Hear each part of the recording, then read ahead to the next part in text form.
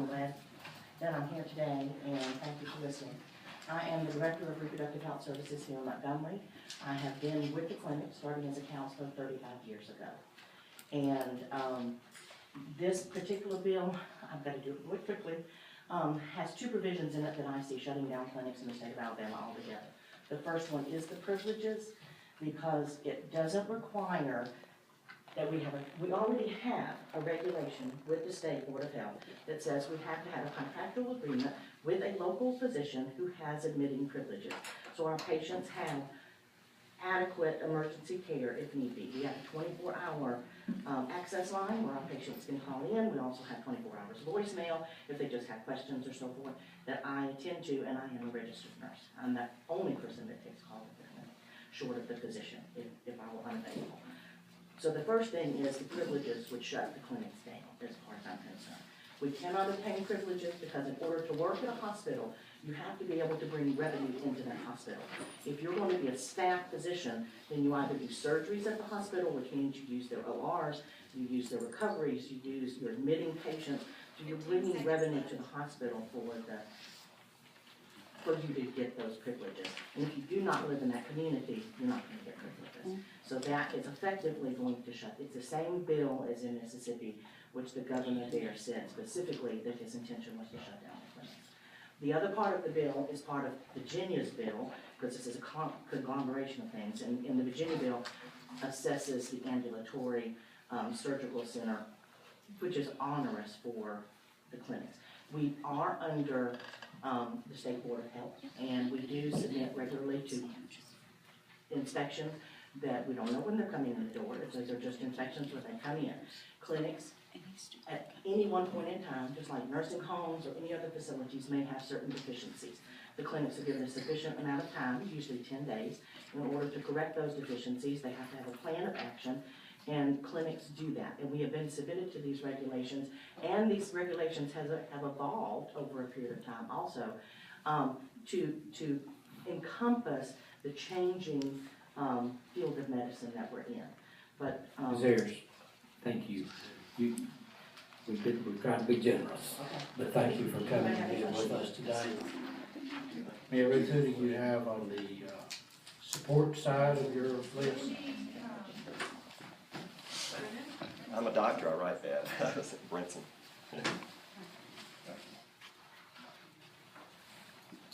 Four minutes.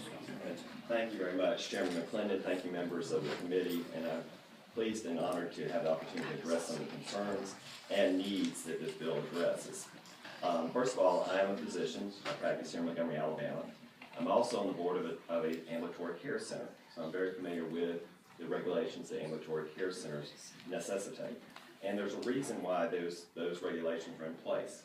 It's to provide for patient safety, to make sure that the physicians that are providing those services, particularly surgical procedures, in the case that I do endoscopy, that those procedures are met, that if there's a complication, that we have anesthesia, nurse anesthetist, other support staff to take care of those complications, and most importantly, if something happens either a few hours afterwards, that the physician that does the procedure is able to tend to the procedure, tend to the problem. This is standard medical accepted practice in the state of Alabama.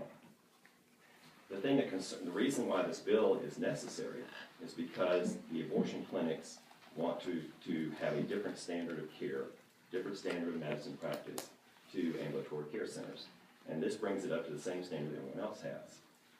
There was a question about the staffing procedure that Representative Hubbard brought out. I thought that was a good question. This bill requires people to have staff privileges at a local hospital, and there's a reason for that. If I have a complication at my surgical center, in certain centers, I could not have hospital privileges if I didn't want to have them. But with most of the hospital privileges, you have hospital privileges so that if you have a complication, you can tend to it. Or as Representative Weaver elucidated, you have a call schedule where you have call partners that also have hospital privileges at the same hospital that you're at to take care of those procedures. And the reason it's important, as people brought up, in Birmingham this last year, when this clinic was closed recently because of the atrocities that were happening at that clinic, patients were dumped into the hospital at UAB with severe complications, and the staff was left to deal with those complications. That doesn't happen just at UAB, that happens at other places across the state. And then people are left with a complication related to that. That is not good medicine, that is not standard care for medicine. So these bill in essence, it calls for two things. One, to bring those standards up to the same standards that all the rest of the surgical centers have to meet. It's not onerous, it's just good medicine and good patient safety. And secondly, require people that have hospital privileges at their hospitals locally to take care of complications. It's as simple as that. The other things these other opponents have brought up, it's true, yes, it may cause them to have to try to find abortion providers. That doesn't deny the woman's right to have an abortion, but it does protect them from the complications that may arise from abortion. Thank you, sir. And on the, another physician, something with an A.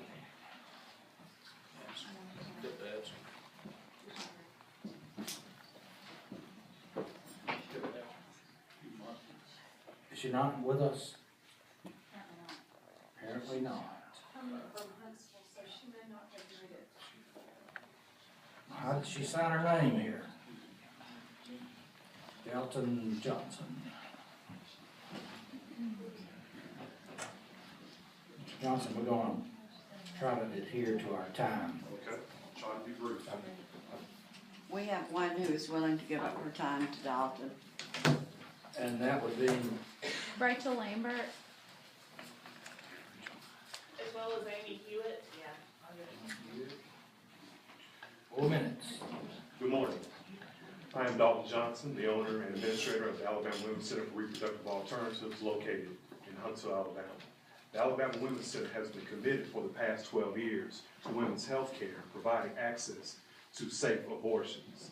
And being one of Alabama's 5 remaining abortion service providers, my first and foremost concern has always been the health and safety of my patients. Abortion is a safe medical procedure when performed by a qualified and licensed medical team. The state of Alabama Department of Public Health has rules already in place concerning the standard of abortion care. We already are subject to routine and unannounced inspections by the Alabama Department of Public Health that ensures that we are providing the appropriate standard of care. In response to House Bill 57 stating that there is no comprehensive standard of medical care for abortion or reproductive health centers, I implore each member of this committee to read and review the rules of the Alabama Department of Public Health regarding abortion or reproductive health centers. These rules address such issues as physical environment, with each facility having to obtain a certificate of occupancy by the state of Alabama prior to being licensed. Already in the current rules and regulations are a series of standards that require compliance. That includes, but is not limited to, having an on-call physician available 24 hours a day, 7 days a week, either on staff or contracted with our facilities. These covered physicians must have hospital privileges to take care of complications that could possibly arise. A medical director that shall be board eligible or board certified in obstetrics and gynecology, ensuring that the facility meets the requirements of these rules and all professional standards of care. Physician qualifications, that all physicians performing abortions at the facility shall be qualified through training and experience in performing abortions and recognizing and managing complication. Patient standard care, patient rights and procedures, admission and examination policies and procedures, operative policies and procedures, post-operative policies and procedures, a registered nurse on duty during clinic hours, infection control committees, 25 pages of rules and regulations. This is why I vehemently oppose House Bill 57. It is not regulating health and patient safety, but is an attempt to circumvent a woman's right to reproductive choice. Make no mistake, this bill is simply driven by politics and politics alone. Thank you for your time. And thank you, Mr. Johnson, for being with us today. Ms. Cheryl Seymour.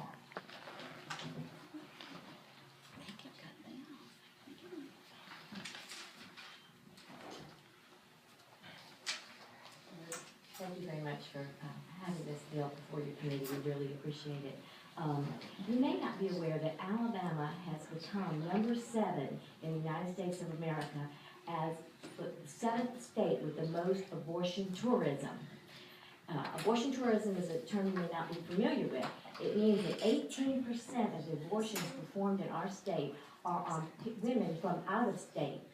And why do the women come from out of state to Alabama to have their abortion? We see the tags, Georgia, Louisiana, Mississippi, Florida, because Alabama has a history of not following the rules and regulations of the Department of Public Health. And you can see this at liveaction.org, Birmingham, Alabama. 20 is video number weeks 6 versus other and video states number not 11 having on their 20 site, weeks. where it's tape recorded, the directors of the clinic telling the girls, we can bend the rules. And what they tell them is to take that form in the parking lot, sign it, and bring it back in here. So they did a survey in 2011 in the Birmingham Clinic, Planned Parenthood, and you can read the violation report on the Department of Public Health. 9 out of 9 of the minor girls' charts, 100% of the charts, had no parental notification and consent. This is the kind of consistent violations, and there was a reason why 4 of the clinics have been closed by the department, because of the quality of standard of care that is going on in there. Had we had a bill like this Women's Health Safety Act, those 3 girls in Birmingham would have been taken out properly on a gurney, and not hauled by arms and legs by firemen and bumbled down the staircase in a wheelchair. Women deserve a surgery center type setting when they're having a surgery. So I'm just trying to, there's so much information that I could give you, but I don't want to be redundant with things, that have already gone on in the past. But I do ask you to vote for this bill, because last year there was an attempt in this body, on the floor, when this bill was in the House, by some who said they want a multi-tier system. Many of the opponents of this bill want to see the physician-only law broken in Alabama. It is their goal and their wish and their desire that there just be a standard pad given to letting nurses or nurses' assistants or LPNs or RNs give abortion-inducing chemicals to women. And it is, I beg you and plead you for the sake of women, that they have a physician only, and this will prevent that webcam, Skype type of abortion, and chemical abortions are the largest number that's on the rise in America, from coming to Alabama because it's unsafe for women. Thank you very much. Thank you, Ms. Simar, for being with us today. I would admonish folks in our audience that we try to respect views that are put forward up here, and I would ask you to listen and not speak if you're not up there. We're over to Mr. Chad Jackson.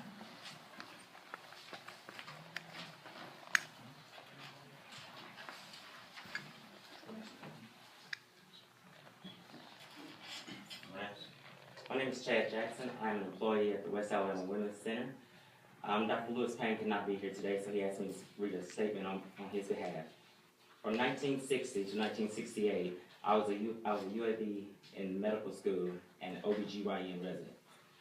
This was before Roe versus Wade and before Cooper Green Hospital was built. All abortions in Alabama were illegal. Jefferson County paid the University Hospital a per diem for hospitalizing the county's indigent. We had 15 beds on the GYN service, and at any given time, about half of these beds were occupied by girls and women who were victims of illegal abortions and with terrible complications, such as sepsis, hemorrhages, and other life-threatening complications. Abortions today are exceedingly safe and above complications, complaints are very rare. Regulations that some politicians are proposing would close all the current abortion clinics in Alabama. Abortion would go from legal and safe to illegal and deadly. There is also the financial side. Care for these critically ill women will cost millions and further crippling the state's Medicaid fund. Many of the survivors will end up on Medicaid welfare, further burdening these programs. Any politician who supports these unreasonable regulations to make abortion illegal will have the blood of these victims on their hands. Thank you. And thank you, Mr. Jackson. Ms. Turner.